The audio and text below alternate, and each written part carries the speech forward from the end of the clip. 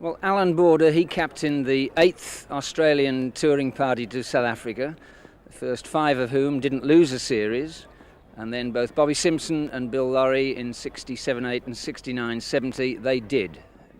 Bobby Simpson lost 3-1, Bill Lawry 4-0, and Alan Border had a huge task coming out of Australia into South Africa for the first time in 24 years to try to win a series. The first test match, that was at the magnificent New Wanderers Stadium in Johannesburg.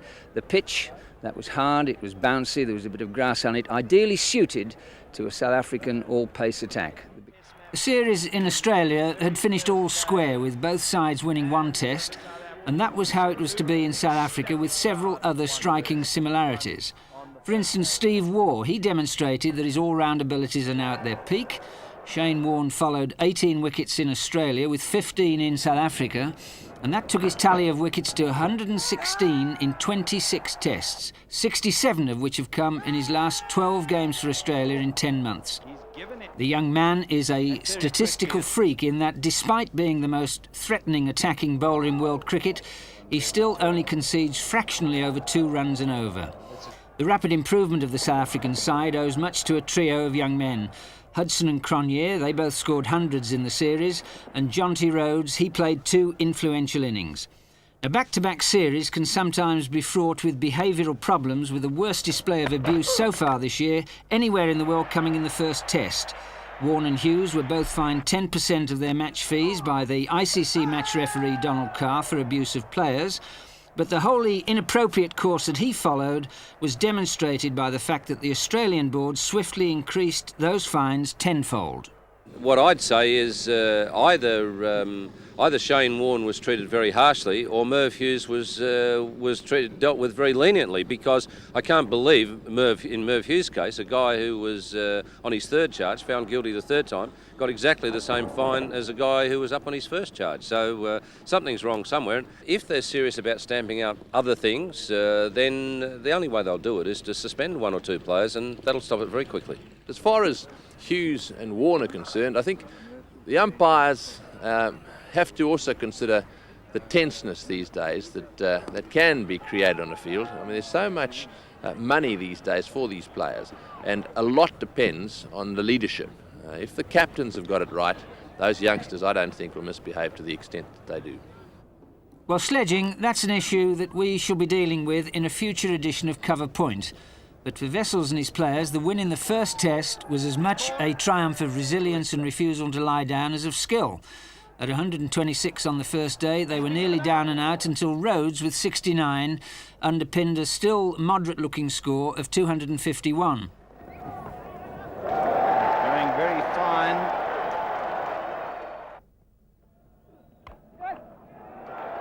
Beautifully played through the covers. And then, when Australia were going well at 135 for 3, Rhodes again was the catalyst for a remarkable turnabout when he pounced to throw out Border from a kneeling position, and that followed an unbelievable stop in the covers. Australia sacrificed a first innings lead because too many of their wickets were given away. Slater, he was caught on the 3rd man boundary. Boone fell for the 3-card trick in getting out hooking. And the Border run out, well, that followed one for Mark Waugh when Australia were well placed.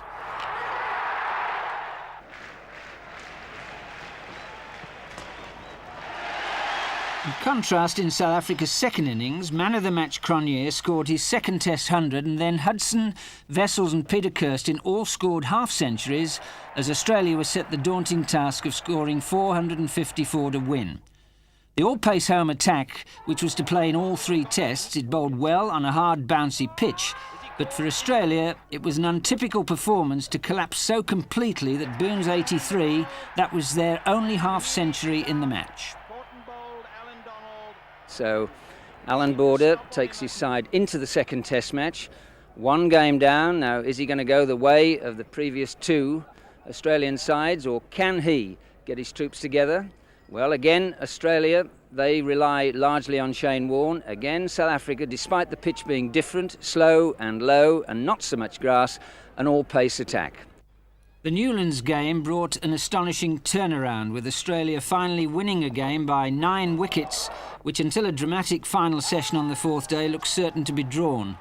On a slow, low pitch, 5 wickets went in 20 deliveries, 3 of them to Warne, and the match was settled in that crazy half hour when South Africa slumped from 90 for 1 to 100 for 6. For a side who'd done so well in Johannesburg, it was disappointing that South Africa were the ones to be outfought by opponents under siege from its travelling media for the events in the first Test match. Inexplicably, 3 home batsmen suffered run-outs in the game. Slater's run-out of Gary Kirsten on the first day was one of the most spectacular diving efforts in recent years, and umpire David Shepherd played his part by checking a run into position in order to avoid obstructing the fielder. 4 runs, magnificent shot by Andrew Hudson. Hudson confirmed his class with a polished 100. It was full of gloriously timed strokes all round the wicket, and there is now no more attractive opener in Test cricket, although he too was run out. Hit hard. Oh, and a magnificent stop by Waugh, and a direct hit. Macmillan, he played his first decent Test innings for some time as South Africa scored 361 in the first innings. The docile pitch, slow and low, it drew the teeth of Donald, McDermott and Hughes, who between them in the match took 3 for 342. But Australia turned the match on that 4th evening, which included the run-out of skipper Wessels when he chanced Alan Border's arm, and then the bowling of Warne and man of the match Steve Waugh was all too much for the home side. Waugh returned his best Test figures of 5 for 28 off 22.5 overs, and Warne's match figures of 6 for 116 off 77 overs, including 13 maidens, well, they speak for themselves. Well, now the decider here at Kingsmead, and what better setup. 1-1, and what a performance of Alan Border and his players to come back and win that Test match in Newlands, when for 3 days the game looked as though it would be a draw, but suddenly Australia, they bounced back in a cricketing sense, they bounced back with their morale, and they come here spirits high after a magnificent performance in which Shane Warne and that man of the match, Steve Waugh, he pulled everything round. So 1-1, everything to play for, and what a cracker in prospect.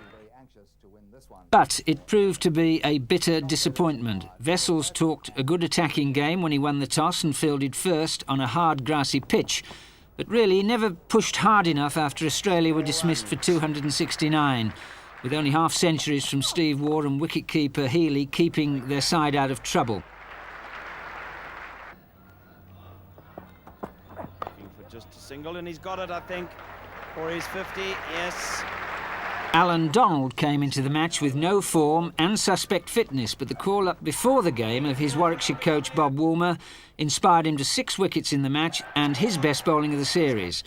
He's now taken 63 wickets in his first 14 tests, and that's more than twice the number taken by any other South African bowler in that period.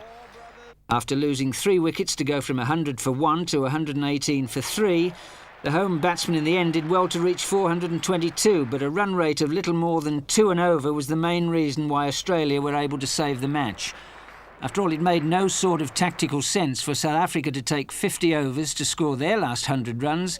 Then they were trying to set up a winning platform, and Australia, through Slater and Waugh, achieved a much better rate while they were only trying to save the game. The result of the series, well, it was probably the right one. And if Kingsmead was to be Alan Border's final Test match, his unbeaten 42 helped save a game which was only notable for several personal performances. Warne was, well, just Shane Warne with 4 for 92 off 55 overs. And McDermott, I thought he was heroic on one good knee, and in this match he bowled 3 of the best spells of pace in the series.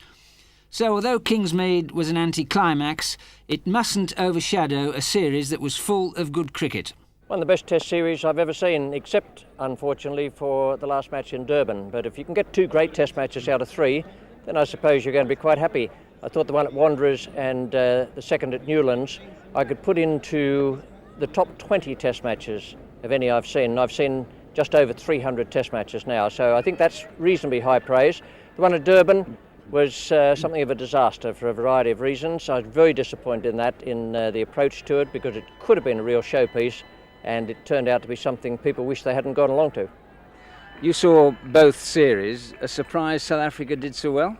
No, I'm not, because I know how resilient they are. The fact that they've come out after so long in isolation and made good within 2 years is, I think, just about what I'd have reckoned.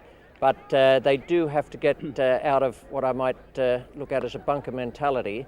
I thought they had the feeling that they wanted to go to England 1-1, no worse than that, and that was what they had in Australia as well, and a matter of prestige it was, whereas they might have won in Durban.